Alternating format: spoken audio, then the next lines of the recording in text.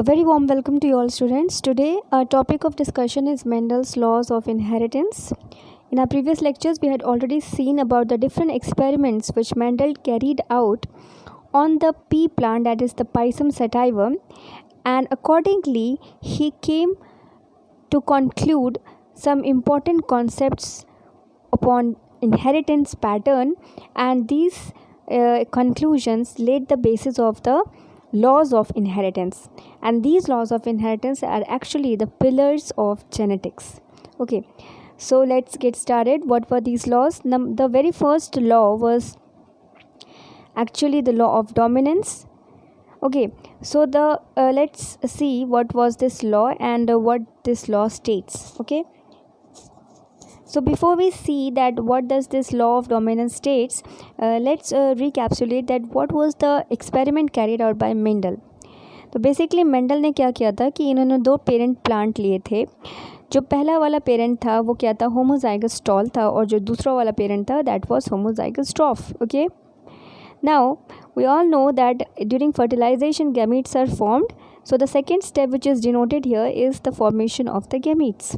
You can see here that is जो cell था homozygous tall वो सेपरेट हो गया गैमेट फॉर्मेशन में कैपिटल टी और स्मॉल टी में. ठीक है, अब इन 4 टाइप्स ऑफ गैमेट्स का पॉसिबल कॉम्बिनेशन या पॉसिबल आउटकम क्या बना, capital T small T, capital T small T, capital T small T and capital T small T. That means कि जितने भी पॉसिबल कॉम्बिनेशन हो सकते हैं इन दोनों पेरेंट्स के बीच, वो सारे के सारे कैसे होने वाले हैं, सारे के सारे का कॉम्बिनेशन होने वाला है कैपिटल टी स्मॉल टी.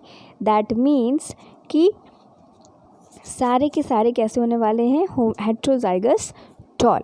ठीक है, अच्छा ये कॉन्सेप्ट तो हमें पता है कि हेट्रोजाइगस टॉल है और जीनोटाइप इसका क्या है, जितने भी F1 जनरेशन के प्रोजेनीज थे कैपिटल टी और small T. Isn't it? Mendel ने क्या ऑब्जर्व किया था कि जब उन्होंने क्रॉस कराया प्योरली टॉल और प्योरली ड्वार्फ प्लांट का, तो F1 जनरेशन में उन्हें क्या मिले कि सारे के सारे टॉल प्लांट्स मिले. ठीक है, तो इससे उन्होंने ये कॉन्क्लूड किया कि जो दोनों पेरेंट में से जो दोनों प्योर कैरेक्टर्स है दोनों पेरेंट्स के अंदर, उसमें से सिर्फ एक ही कैरेक्टर F1 जनरेशन में एक्सप्रेस हो रहा है और दूसरा कैरेक्टर जो है वो हाइड हो जा रहा है. Okay, out of the 2 contrasting characters और alternative traits of a particular character, only one character is able to express itself in the F1 generation while the other remains hidden. तो इससे उन्होंने क्या वो कंक्लूड किया कि सम एक्सप्रेस्ड कैरेक्टर को उन्होंने क्या कहा, the express character since it is expressing it self, तो उसको उन्होंने क्या बोल दिया कि वो डोमिनेंट कैरेक्टर है. ठीक है, और जो दूसरा कैरेक्टर हाइड हो गया उसको उन्होंने क्या कहा कि वो रेसेसिव कैरेक्टर है. ठीक है, तो simply what Mendel did, he cross 2 parent plants of pure breed. ठीक है, one was purely tall and one was purely dwarf. Okay, the possible combinations in F1 generation were all tall. अगर हम बाहर से ऑब्जर्व करें, पहले भी ये कॉन्सेप्ट मैंने बता चुका है कि जो मेंडल ने एक्सपेरिमेंट किया उनको जीनोटाइप क्या है, जीन्स क्या है, जेनेटिक मेकअप क्या है, उसका कोई आइडिया नहीं था दूर दूर तक. वो बाहर से क्या ऑब्ज़र्व किए कि बाहर से ऑब्ज़र्व करने पे उन्हें एक प्योर ड्वार्फ प्लांट मिला था जिसको उन्होंने क्रॉस कराया, और F1 जनरेशन में उन्होंने पाया कि जितने भी कॉम्बिनेशंस बने, जितने भी प्रोजेनीज या डॉटर प्लांट्स बने, वो सारे के सारे कैसे थे, सारे के सारे टॉल थे. तो ऑब्वियसली अगर जैसे कि हम क्या कहते हैं कि जो चाइल्ड होता है वो मदर और फादर का कॉम्बिनेशन होता है. ठीक है, मदर और फादर की कुछ क्वालिटीज़ जो है, कुछ क्वालिटीज़ फादर के आते हैं, कुछ क्वालिटीज़ मदर के आते हैं चाइल्ड में. Isn't it? तो यहाँ पे क्या था कि सिर्फ एक पेरेंट का क्वालिटी ही एक्सप्रेस हो पाया और दूसरे पेरेंट की क्वालिटी एक्सप्रेस नहीं हो पाई. मतलब कि जो टॉल पेरेंट प्लांट था उसका कैरेक्टर F1 जनरेशन में एक्सप्रेस हो गया, लेकिन जो ड्वार्फ प्लांट था उसका कैरेक्टर उसके प्रोजेनी में मतलब एक्सप्रेस नहीं हो पाया. ठीक है, तो मेंडल ने क्या कंक्लूजन निकाला, पहली बात कंक्लूजन निकाला कि कोई ऐसी चीज़ है दोनों कैरेक्टर्स में से, ठीक है, दोनों अल्टरनेटिव फॉर्म में से एक कैरेक्टर ज़्यादा डोमिनेटिंग है जो पास आउट हो रहा है उसके जनरेशन्स में, लेकिन F1 जनरेशन में, पहली जनरेशन में, और जो दूसरा पेरेंट का कैरेक्टर है वो कहीं छुप गया है, हाइड हो गया है। तो इसी बेसिस पे लॉ ऑफ डोमिनेंस दिया गया है that states that in a monohybrid cross, what is a monohybrid cross? The cross between two homozygous organisms differing in a single pair of contrasting character। मतलब कि दोनों होमोजाइगस हैं, ठीक है, दोनों पेरेंट्स होमोजाइगस हैं और दोनों आपस में क्या है, अल्टरनेटिव फॉर्म से एक ही कैरेक्टर की, मतलब हाइट अगर हम कैरेक्टर या ट्रेट कंसिडर करें तो उसके दो अल्टरनेटिव फॉर्म्स क्या हो गए, टॉल और ड्वार्फ, ठीक है। So anyways, in a monohybrid cross, only one character is able to express itself in F1 generation, while the other remains hidden. The expressed character is called the dominant character, while the other character which is hidden is called the recessive character. Understood?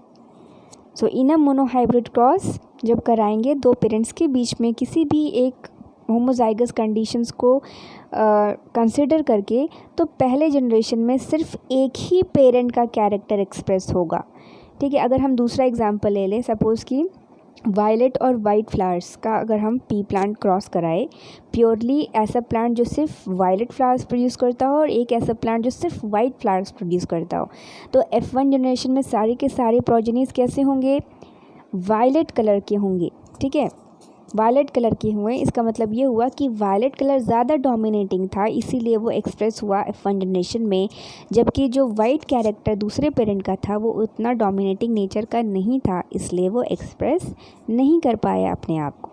Understood? So this is the first law of dominance. बहुत ही simple है एकदम, कि दो characters हैं, दो parents हैं, उनमें से सिर्फ एक ही पेरेंट का कैरेक्टर F1 जनरेशन में एक्सप्रेस हो पाया। तो जब एक ही कैरेक्टर जो कैरेक्टर एक्सप्रेस हो पाया, इसका मतलब ही है कि वो आप अपने में बहुत सुपीरियर क्वालिटी का रहा होगा, बहुत ही डोमिनेटिंग नेचर का रहा होगा, that's why it's able to express itself, isn't it? And the other character must be very lame and pale, that's why it, or inferior quality, or very of recessive nature, that is why it was not able to express itself in the F1 generation, ठीक है। तो जब भी law लिखने को आएगा, you have to try to write the laws as it is, ठीक है। लॉज में आप कोई मतलब अपने मन से नहीं उसमें ऐड कर सकते हो, ठीक है। So you have to learn, it is better for you to learn the law, okay. It will be better for you to learn the laws, and plus you have to make the cross, whether asked or not, your answer will be incomplete if you are not stating the cross, okay। so you have to make the cross, you have to mention कि कौन से character represent हो रहा है। एक चीज़ और you can add here, that is you can write for example a cross between two parent pea plant, one which is homozygous tall and one which is homozygous dwarf। so you have to mention कि ये capital T क्या है। Capital T जैसे कि physics में हम equation लिखते हैं तो वहाँ पे अगर हम कोई सिंबल यूज़ करते हैं तो बाद में हम उसको मेंशन करते हैं कि x is equal to this या y is equal to this, isn't it? So here also we have to state कि टी क्या है, that is homozygous tall parent pea plant, and what is small t, homozygous dwarf parent pea plant, okay। that's how you have to write the answer, understood? So ये हो गया। तो मेंडल ने जो बाहरी phenotype genotype also we have discuss कि जो observed character है, जो बाहर से हम देखकर बता सकते हैं, दैट इज़ द फिनोटाइप, और जो हम नहीं देख सकते हैं, जो उसका एक्चुअल जेनेटिक मेकअप है, जिसकी वजह से वो फिनोटाइप फॉर्म हुआ है, उसको हम क्या कहेंगे, genotype, okay. So the observed character F1 generation में सारे के सारे कैसे थे, सारे के सारे टॉल थे, ठीक है। लेकिन हमने जब क्रॉस बनाया तब हमको पता चला कि वो सारे के सारे जो टॉल थे वो अपने टॉल पेरेंट से जीनोटाइप में थोड़े से अलग थे। क्यों अलग थे? क्योंकि जो इनका टॉल पेरेंट था वो होमोजाइगस टॉल था, और ये खुद कैसे हैं, ये हेट्रोजाइगस टॉल हैं, ठीक है। इसका मतलब इनके अंदर एक कैपिटल टी है, मतलब डोमिनेंट कैरेक्टर वाला टी है, और एक स्मॉल टी है। अब कैपिटल टी है तो दोनों चूँकि सेम है, डोमिनेटिंग नेचर के हैं, तो दोनों सेम हैं, इसलिए दोनों एक्सप्रेस हुए, ठीक है। स्मॉल टी है, दोनों एक जैसे हैं, इसलिए इनकी जो है मतलब स्ट्रेंथ थोड़ी डबल हो गई, इसलिए ये अपने आप को एक्सप्रेस कर लेंगे, ड्रॉप हो जाएंगे। लेकिन जब भी कैपिटल टी और स्मॉल टी रहेगा तो चूँकि कैपिटल टी ज़्यादा डोमिनेटिंग नेचर का है, इसलिए उसका फिनोटाइप ही एक्सप्रेस होगा, टॉल ही एक्सप्रेस होगा। ठीक है, ये भी तो हो सकता था कि कैपिटल टी है और स्मॉल टी है, तो स्मॉल टी जो है वो रेसेसिव के लिए रिस्पॉन्सिबल है, मतलब स्मॉल टी ड्रॉफनेस के लिए रिस्पॉन्सिबल है और कैपिटल टी जो है वो टॉलनेस के लिए रिस्पॉन्सिबल है। तो ये भी तो हो सकता था कि जो प्लांट है वो ड्रॉफ भी हो सकता था, लेकिन नहीं हुआ। अगर एक कैपिटल टी और एक स्मॉल टी है, जैसे कि फादर और मदर होते हैं फैमिली में, तो मोस्टली जो फादर ही जो है वो डोमिनेटिंग नेचर का होता है, इजंट इट। सपोज़ ऐसे we can understand, suppose there is one house, ठीक है, उस हाउस में जो है 2 जेंट्स हैं, ठीक है, 2 सीनियर जेंट्स है और दोनों के पास इक्वल पावर है, तो ऑब्वियसली दोनों की चलेगी, है ना। ऐसी एक और हाउस है जिसमें 2 फीमेल लीडर्स हैं, तो ऑब्वियसली दोनों की चलेगी, ठीक है। लेकिन कोई भी ऐसा हाउस जिसमें एक मेल हो और एक फीमेल हो, तो ऑब्वियसली किसकी चलेगी, मेल की चलेगी, because males are more dominating in nature, isn't it? So same is the case with our alleles also, with our genes also, कि अगर एक कैपिटल टी है और एक स्मॉल टी है, मतलब एक डोमिनेंट जीन है और एक रेसेसिव जीन है, तो डोमिनेंट वाला ही अपने आप को एक्सप्रेस करेगा, रेसेसिव वाला नहीं एक्सप्रेस करेगा। रेसेसिव कब एक्सप्रेस करेगा, जब वो अपने ही जैसे किसी रेसेसिव के साथ हो, ठीक है। तो this is the law of dominance. I hope this must be clear to you. Okay, now let's proceed towards the law of segregation or the law of purity of gametes।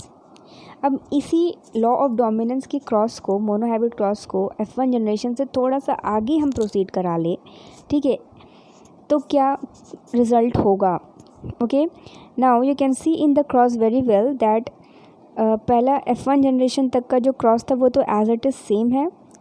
अब जो F1 generation में progeny obtain हुआ था, that is capital T and small T, अगर हम उसको उसी तरह के किसी सेल से क्रॉस कराएंगे, that is selfing, then okay, so if we cross the hybrid और the progeny of F1 generation with itself, या उसी की तरह का सिमिलर किसी कॉम्बिनेशन से अगर हम क्रॉस कराए तो उसको हम क्या बोलते हैं, सेल्फिंग। ओके, सो बेसिकली अगर हम किसी सेल को उसी के टाइप की जीनोटाइप से हम क्रॉस कराते हैं तो उसको हम सेल्फिंग कहते हैं। Okay, so we can see here that when we are doing the selfing process, तो हमको जो है capital T and small T और crossed with capital T and small T, ठीक है, तो इसका जो गेमिट्स बनेगा वो क्या होगा, capital T small T, capital T and small T. Okay, अब हम इसका पॉसिबल कॉम्बिनेशंस बना लेंगे। तो F2 जनरेशन में, ठीक है, अगर हम मेंडल की बात करें तो मेंडल ने क्या किया था, लॉ ऑफ डोमिनेंस का जो क्रॉस था उनका, ठीक है, अब तो उन्होंने उसको थोड़ा सा फर्दर एक्सटेंड कर दिया था कि उनको जो 2 हाइब्रिड्स जो मिले थे F1 जनरेशन में, जो प्रोजेनीज मिले थे, उन्हीं में से दोनों को उन्होंने आपस में क्रॉस कराया and that cross is known as selfing. और फिर जो F2 जनरेशन उनको मिला, so he found 2 types of, surprisingly 2 types of combination, 2 types of characters और फिनोटाइप्स, ठीक है। उनको 4 प्लांट्स उनको मिले, तो उन 4 प्लांट्स के रेशियो में 3 प्लांट्स जो थे वो टॉल थे लाइक देयर पेरेंट्स, ठीक है, लेकिन एक जो था वो ड्रॉफ निकल गया, ठीक है। जो F1 जनरेशन था इनका, just a second, okay, so Mendel found कि जब he crossed the 2 F1 hybrids with each other, तो उनको F2 जनरेशन में जो है वो 2 टाइप्स के कॉम्बिनेशन मिले। 4 आउट ऑफ 4 प्लांट्स, 3 प्लांट्स कैसे मिले उनको, 3 plants were tall in nature and 1 plant was dwarf in nature. इसका मतलब ये हुआ कि जो F1 जनरेशन के जो पेरेंट थे, ठीक है, F1 जनरेशन के पेरेंट क्या थे, capital T and small T, मतलब जो F1 जनरेशन का जो कैरेक्टर था, parental character, if you remember, तो क्या था कि एक टॉल था, एक ड्वार्फ पेरेंट क्रॉस हुआ था, तो F1 जनरेशन में सारे के सारे प्रोजेनीज कैसे थे? टॉल थे।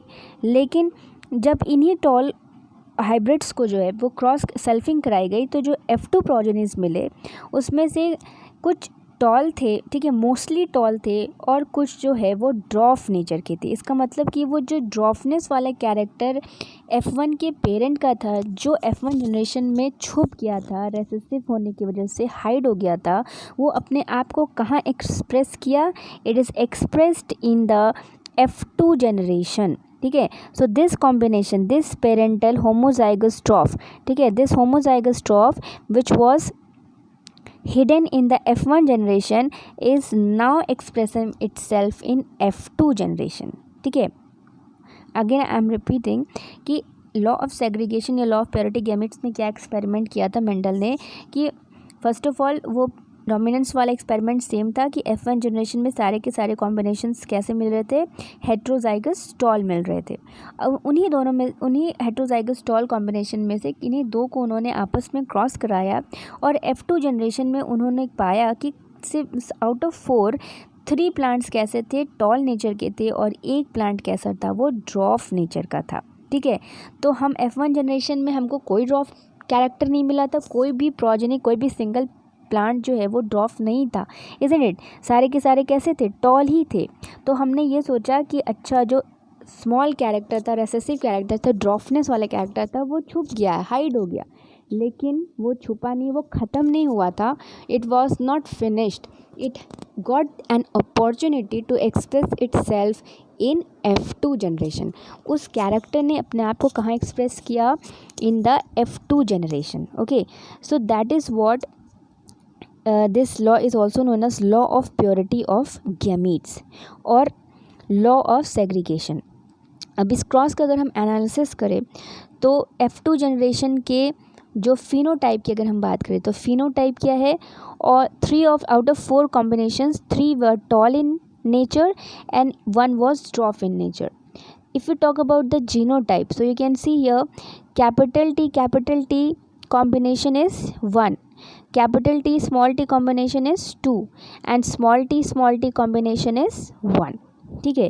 इसका मतलब capital T this combination and this combination small T combination, ये दोनों कॉम्बिनेशन कैसे हैं? Exactly similar to the parental combination before the F1 generation, ठीक है। F1 जनरेशन के जो पेरेंट्स थे सेम वही कॉम्बिनेशन है ना, कैपिटल टी स्मॉल टी। इसका मतलब कि जो पेरेंटल कैरेक्टर्स हैं, ठीक है, वो भी अपने आप को कहाँ एक्सप्रेस कर रहे हैं? इन the F2 generation, understood. So from this phenotype and genotype observation we can calculate the genotypic and the phenotypic ratio का मतलब आउट ऑफ टोटल कितने कौन से कॉम्बिनेशंस थे। तो if we talk about the phenotypic ratio we can see that 3 are tall, this one is tall, this one is tall and this one is tall, isn't it? So 3 tall and 1 dwarf. So what is the ratio of the phenotype? 3:1, ठीक है। If you talk about the genotype, तो genotypic ratio में जो है 1 combination जो है वो capital T का था, ठीक है, उसके जैसा और कोई कॉम्बिनेशन नहीं है तो 1 हो गया। कैपिटल टी स्मॉल टी 2 है, ठीक है, 2 combinations are there of capital T and small T, that means this we can write here 2, okay, and small t ratio is again 1.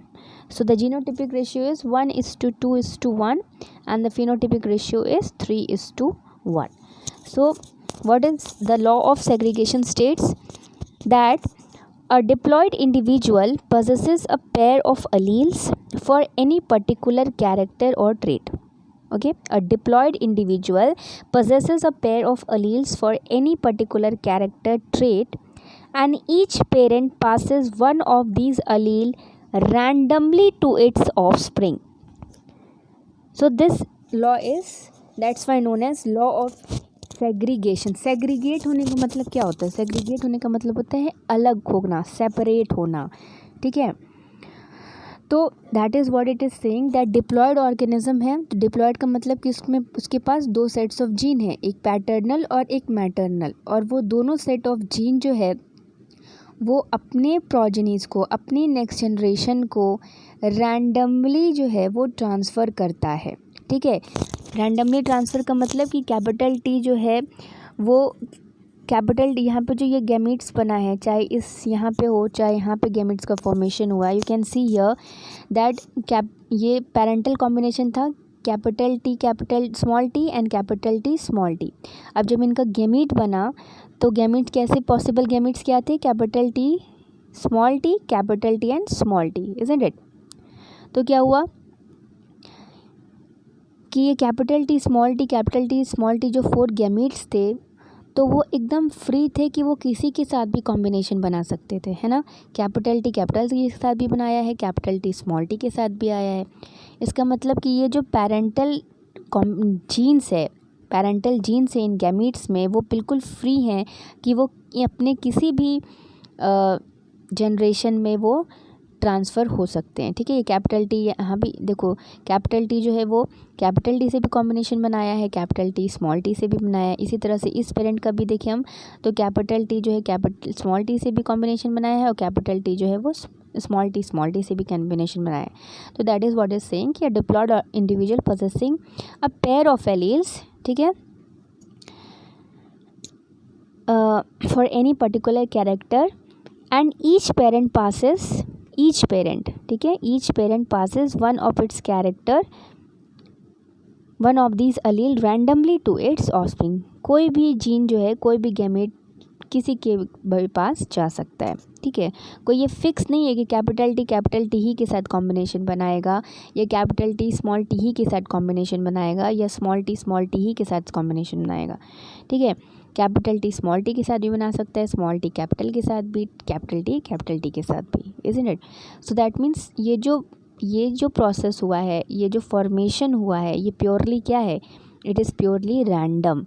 ठीक है, इसीलिए ये जो एक्चुअली 4 है, जो हम 4 दिखा रहे हैं, एक्चुअली ये 4 मतलब क्या है, 4 पॉसिबल टाइप ऑफ कॉम्बिनेशन है। Understood. So that is law of segregation. इसी लॉ को हम एक दूसरे टर्म में भी लिख सकते हैं, दैट इज़ या ऐड कर सकते हैं कि also the alleles do not show any blending and that the both characters are recovered as such in F2 generation, though one of these is not seen at F1 stage. अब ये किसके लिए है, ये इसके लिए है। ये जो ड्रॉफ कैरेक्टर था homozygous, okay, this character which was hidden in F1 में ऐसा कोई कॉम्बिनेशन नहीं था। ठीक है, कैप स्मॉल टी का, लेकिन ये कॉम्बिनेशन स्मॉल टी कहाँ एक्सप्रेस हुआ, इन द F2 जनरेशन। इसका मतलब कि अगर F1 जनरेशन में कोई कैरेक्टर छुप गया है, दब गया है, तो इसका मतलब ये नहीं है कि वो गायब हो गया, वो हट गया उसके पूरे जीन पूल से। No, that particular character will be expressing itself in the F2 generation. Okay, so that is why it is said purity of gametes. Okay, that means the alleles do not show any blending, कोई mixing नहीं हो रही है, कोई गायब नहीं हो रहा है, and that the both characters are recovered as सच।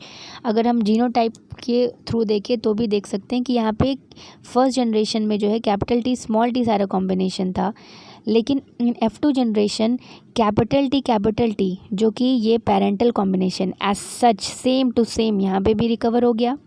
ठीक है, उसी तरह से यहाँ पे जो ये दूसरा पेरेंटल कैरेक्टर है वो भी सेम टू सेम यहाँ रिकवर हो गया, इजंट इट। उसके अलावा 2 न्यू कैरेक्टर्स भी बने। ठीक है, तो ये जो 2 न्यू कैरेक्टर्स बने हैं वो ये पार्ट समझ सकते हो, और ये जो ओरिजिनल पेरेंटल कैरेक्टर्स मिले हैं वो स्टेट करता है प्योरिटी ऑफ गैमीट्स को। Understood. So once again we can just recall this law of segregation, that is, this law states that a diploid individual possesses a pair of alleles for any particular character trait and each parent passes one of these alleles randomly to its offspring। okay, that means random distribution था, तभी इतने तरह के combinations possible हो पाए। And also the alleles do not show any blending and that both characters are recovered as such in F2 generation, though one of these is not seen at F1 stage. That's why this law is also called as purity of gametes. Okay.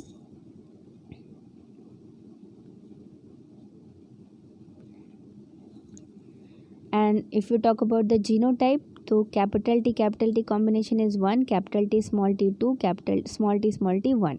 तो genotypic ratio is 1:2:1. And phenotype में बाहर से देखने पे 3 जो हैं वो toll दिखे और 1 डॉफ दिखा, इसलिए फिनोटिपिक रेशियो इज़ 3:1. तो if a question is asked that what is the ratio genotypic and phenotypic ratio in a monohybrid cross, ठीक है, तो मोनोहाइब्रिड क्रॉस में genotypic ratio will be 1:2:1 and phenotypic ratio will be 3:1. Understood? Next, if we have to represent the monohybrid cross by a Punnett square, then you can see here Punnett square बनाने के लिए क्या करना पड़ता है. सबसे पहले कि जो हमारा पेरेंटल कॉम्बिनेशन है, सपोज कैपिटल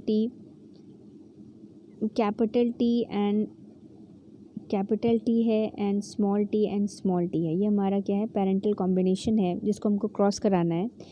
तो टोटल गैमीट्स कितने बनेंगे, कैपिटल टी के 2 बनेंगे, capital T and capital T, और स्मॉल टी के 2 बनेंगे, that is small T and small T.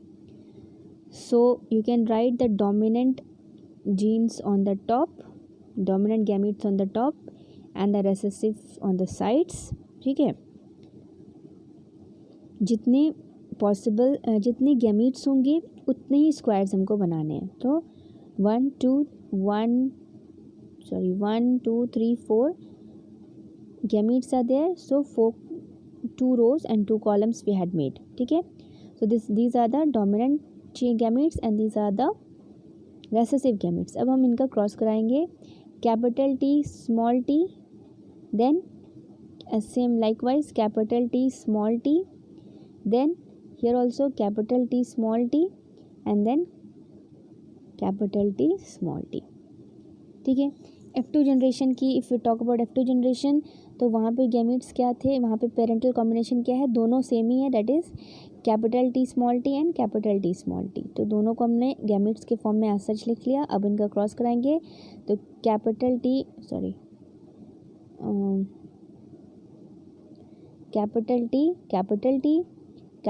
Small T and small T. ठीक है, तो capital T is homozygous tall, capital T small T is heterozygous tall and small T is homozygous dwarf. ठीक है, okay.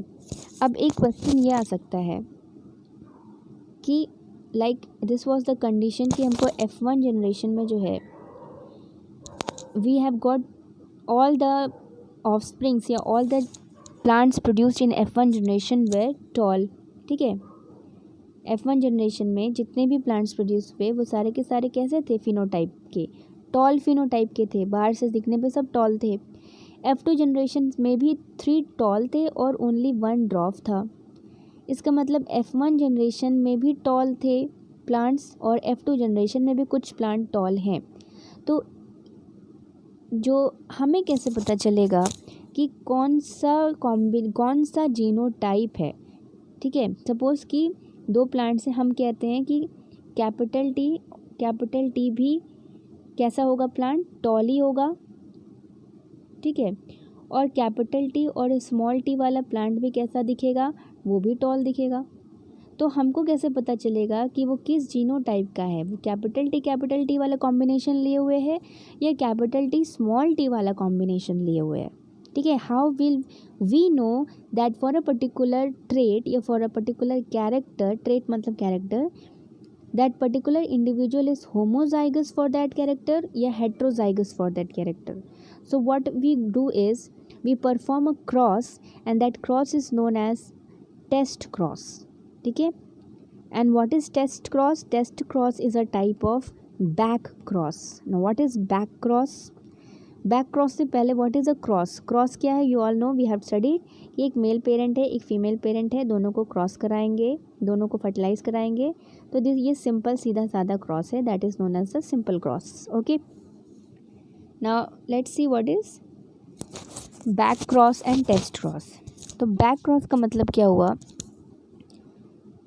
कि ये हमारा experiment है। Suppose capital T और स्मॉल टी को हम क्रॉस कराएंगे तो F1 जनरेशन में हमको कॉम्बिनेशन मिलेगा क्या, कैपिटल टी स्मॉल टी। ठीक है, अब इस कैपिटल टी स्मॉल टी को नॉर्मली हम मेंडल के एक्सपेरिमेंट में क्या कर रहे थे कि इसको हम इसी से क्रॉस करा रहे थे ना, कैपिटल टी को हम कैपिटल टी ही से क्रॉस करा रहे थे, मतलब कि सेल्फिंग करा रहे थे। लेकिन अब हम यहाँ पे सेल्फिंग ना करा के क्या करेंगे, आइदर ऑफ द पेरेंट्स, ठीक है, या तो डोमिनेंट पेरेंट से या तो रेसेसिव पेरेंट से क्रॉस कराएंगे। ठीक है, we are crossing the generation the offspring of the F1 generation with either of the parent, either dominant parent और the recessive parent. In case of plants we are talking about in plants. Okay, तो जब हम F1 generation के progeny को recessive parent से cross कराते हैं, ठीक है, तो उस क्रॉस को हम टेस्ट क्रॉस कहते हैं। उल्टा करा रहे हैं ना हम, हमें तो नेक्स्ट स्टेप नीचे आना चाहिए था कि नीचे की क्या पॉसिबल कॉम्बिनेशन है वो हमको जानना था, लेकिन हम क्या कर रहे हैं, उल्टा जा रहे हैं ना, हम उल्टा जाके पेरेंट से ही क्रॉस करा रहे हैं। ठीक है, नए जनरेशन से ना क्रॉस करा के हम पीछे जा रहे हैं, बैक जा रहे हैं कि हम पेरेंटल कॉम्बिनेशन से क्रॉस करा रहे हैं, इसीलिए इस क्रॉस को हम क्या बोलते हैं, back cross. So the cross of a hybrid with any one of its parent is termed as cross, either with a recessive parent or with a dominant parent। ठीक है, तो अगर हम डोमिनेंट पेरेंट की बात करें कि ये हाइब्रिड है F1 हाइब्रिड और इसको हमने क्रॉस कराया किससे, डोमिनेंट पेरेंट से। ठीक है, तो we are getting this type of possible combination. और अगर हम F1 हाइब्रिड को क्रॉस कराएंगे रेसेसिव पेरेंट से तो we will be getting this type of combination, isn't it?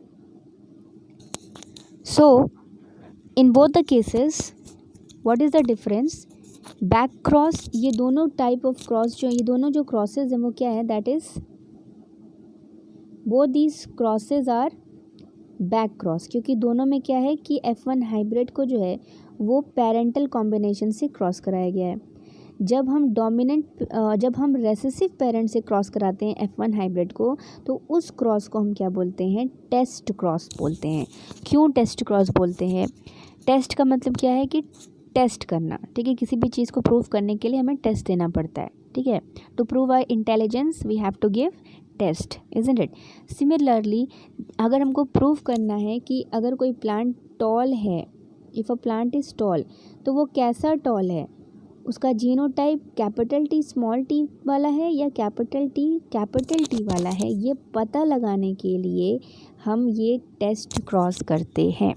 ठीक है, तो अगर कोई प्लांट हमें F1 जनरेशन में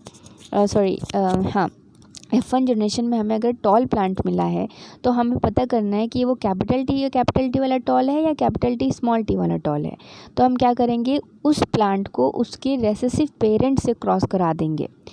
तो नतीजे में क्या होगा, what will be the result, कि जो फिनोटाइप होगा, हमको दो पौधे ऐसे मिलेंगे जो टॉल होंगे और दो पौधे हमें ऐसे, अगर हमें दो पौधे ऐसे मिले जो टॉल है और दो पौधे ऐसे मिले जो ड्रॉफ हैं।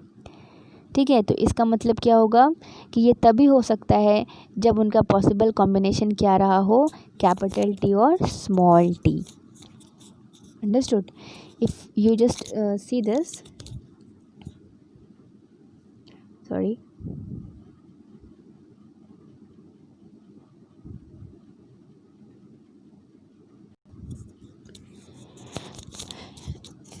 consider this test cross capital T small t and small t। Okay, तो इनका गैमेट्स क्या बना, capital T small T small T small T. ठीक है, अब इनका पॉसिबल कॉम्बिनेशन क्या है, capital T small T, capital T small T, small T small T and small T small T. ठीक है, तो अगर हमें कोई टॉल प्लांट मिले और हम उसको उसके रेसेसिव पेरेंट से क्रॉस कराएं और अगर हमको रिज़ल्ट में दो छोटे पौधे ड्रॉफ पौधे और दो बड़े पौधे मिले तो ये तभी पॉसिबल हो सकता है जब पेरेंटल कॉम्बिनेशन, जब वो प्लांट कैसा रहा हो, हेट्रोजाइगस रहा हो। अगर होमोजाइगस रहता तो क्या होता, अगर सपोज़ कि वो होमोजाइगस था और उसको हमने उसके रेसेसिव पेरेंट से क्रॉस कराया तो सारे के सारे पौधे हमें कैसे मिलने चाहिए थे, सारे के सारे पौधे हमें टॉल ही मिलने चाहिए थे। चारों कॉम्बिनेशन कैसा मिलना चाहिए था हमको, टॉल ही मिलना चाहिए था। ठीक है, सपोज़ कि एक टॉल प्लांट है जिसका हमको ये नहीं पता है कि कैपिटल टी है या कैपिटल टी स्मॉल टी है या कैपिटल टी है, तो हम अगर उसको उसके रेसेसिव पेरेंट से क्रॉस कराते हैं तो दो कंडीशन हो सकती है कि F1 जनरेशन में, F2 जनरेशन में क्या होगा, अगर हमें दो पौधे टॉल मिले और दो शॉर्ट मिले, ड्रॉफ मिले, तब हमें समझ जाना चाहिए कि उसका कॉम्बिनेशन कैसा रहा होगा, हेट्रोजाइगस रहा होगा। ठीक है, लेकिन अगर सारे के सारे हमें टॉल प्लांट मिले रेसेसिव प्लांट को क्रॉस करने के बाद, तो इसका मतलब क्या होगा कि वो प्लांट पर्टिकुलरली कैसा रहा है, वो प्लांट होमोजाइगस है अपने ट्रेट के लिए। तो इस तरह से हम चेक कर सकते हैं कि कोई भी प्लांट जो है वो अगर है कोई कैरेक्टर लिए तो वो कौन सा कॉम्बिनेशन है उसका, वो वो रेसेसिव कैरेक्टर है डोमिनेंट, या वो डोमिनेंट होमोजाइगस कंडीशन में है या डोमिनेंट हेट्रोजाइगस कंडीशन में। अंडरस्टूड। तो अगर हमें क्रॉस कराने के बाद सारे पौधे एक जैसे मिले, टॉल ही मिले, तो उसका मतलब कि वो होमोजाइगस रहा होगा, तभी सारे टॉल हैं। और अगर टॉल भी मिला और ड्रॉफ भी मिला, तो साफ बात है कि दोनों कैरेक्टर इसमें आ रहे हैं, इसका मतलब कि वो कहीं ना कहीं हेट्रोजाइगस है। ठीक है, so this is how to find out the individual is whether what is the genotype of a two phenotypically same individual. So this is quite important and this has been frequently asked in your boards. So this was all about for today. Thank you.